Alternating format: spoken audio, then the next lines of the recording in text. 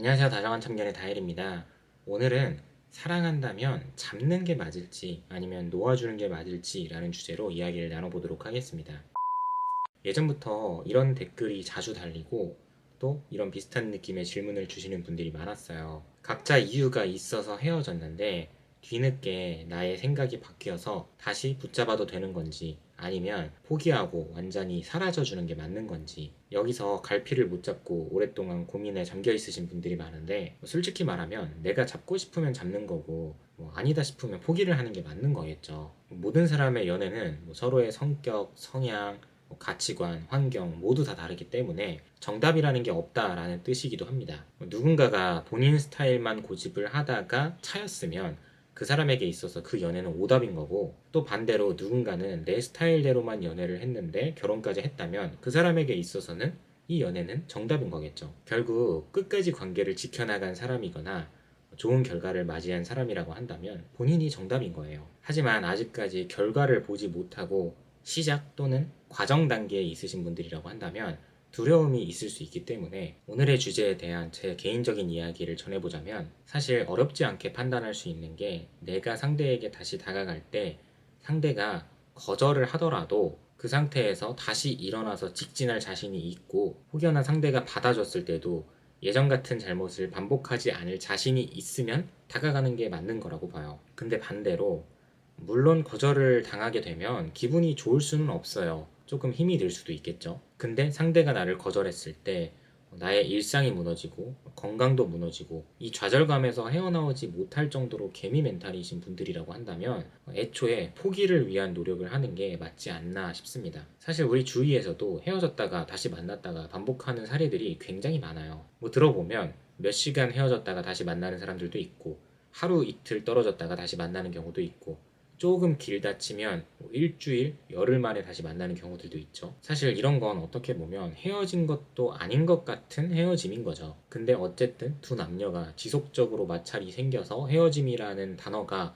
입 밖으로 나왔다는 건 내가 상대에게 기대하는 모습이 있는데 그게 실현되지 않아서, 그리고 앞으로도 이 사람에게는 내가 기대하는 모습이 나타날 조짐이 보이지 않아서 한쪽에서 결론을 내고 완전한 헤어짐을 고하는 거잖아요. 그렇다면 적어도 내가 다시 다가갈 거라면 상대방 입장에서 생각했을 때 조금이라도 편하고 조금이라도 이기적인 선택을 할 수 있게끔 내가 먼저 나를 갖고 놓고 다가가는 게 맞다고 생각합니다. 지금 당장 다시 만나고 싶은 건 나이기 때문에 내가 상대방에게 조금이라도 더 좋은 영향을 줄 수 있는 사람이 돼서 다가가야 상대방 입장에서는 이기적인 선택이 될 수 있는 거잖아요. 흔한 예로는 예전에는 취직을 하지 못하고 게으른 모습만 보여서 헤어졌다면 당연히 취직은 하고 나서 다가가야겠죠. 여기에 더해서 취직이라는 거 하나만 생각을 하기보다는 취직은 당연히 하되 한 3달 동안 월급의 80% 내지는 90% 이상을 열심히 저축하는 모습을 보이면서 조금 더 성실하고 자기 관리를 잘하고 있다는 이미지를 풍기면 더 좋겠죠. 마지막 예시로는 내가 말을 너무 예쁘게 안 하고 욱하는 성격 때문에 상대방을 떠나게 만들었다면 내가 어떤 노력을 했든 나의 노력을 통해서 내 주위 사람들,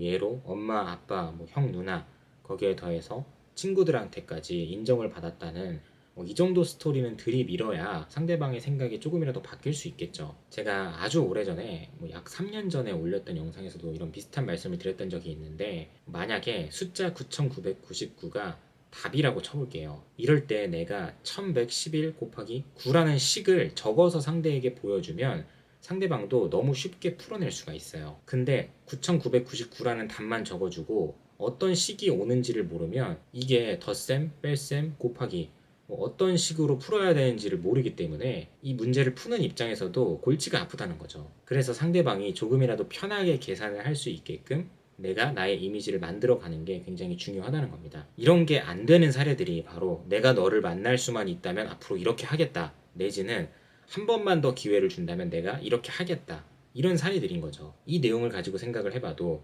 이건 상대방이 아닌 내가 이기적인 선택을 하게 되는 상황인 거잖아요. 상대방은 그냥 막연하게 어떻게 될지도 모르는 마음의 두려움을 가지고 기다리기만 해야 되는 거고요. 이런 관점을 가지고 생각을 해보시면 내가 지금 다가가도 되는 게 맞는지 아니면 당장은 포기를 하고 내려놔야 되는 건지에 대한 기준이 세워지실 거라고 생각합니다. 많은 분들이 하는 질문 중에 하나가 내가 나중에 다가갔을 때 상대방의 감정이 사라지면 어떡하냐, 이 질문인데, 근데 감정이라는 거는 이따가도 없어지기도 하지만 없다가도 다시 생기기도 합니다. 이게 사람의 감정이에요. 그리고 맹목적으로 다시 만나고 싶다는 생각만 하는 게 아니라 잠시 이런 생각은 접어두고 진짜 우리가 잘 만나고 인연이 된다면 어떤 모습이어야 인연이 될 수 있는가, 이 부분에 대해서도 생각을 해보셨으면 좋겠어요. 그리고 만약에 시간이 흘러서 재회를 했어요. 근데 결혼까지 했네. 그렇다면 이 사람들은 헤어져 있는 그 수개월의 시간 동안 감정이 한 번도 변하지 않고 쭉 이어지다가 재회를 하고 결혼까지 했을까요? 그러기가 쉽지가 않아요. 그동안 서로 각자의 자리에서 성장한 부분도 있을 거고, 여기에 더해서 원래 가지고 있던 각자의 매력이 있으니까 다시 잘 만나게 되는 거죠. 근데 내가 헤어졌고 다시 만나고 싶다고 하는 상황 속에서 내가 내 매력에 자신이 없고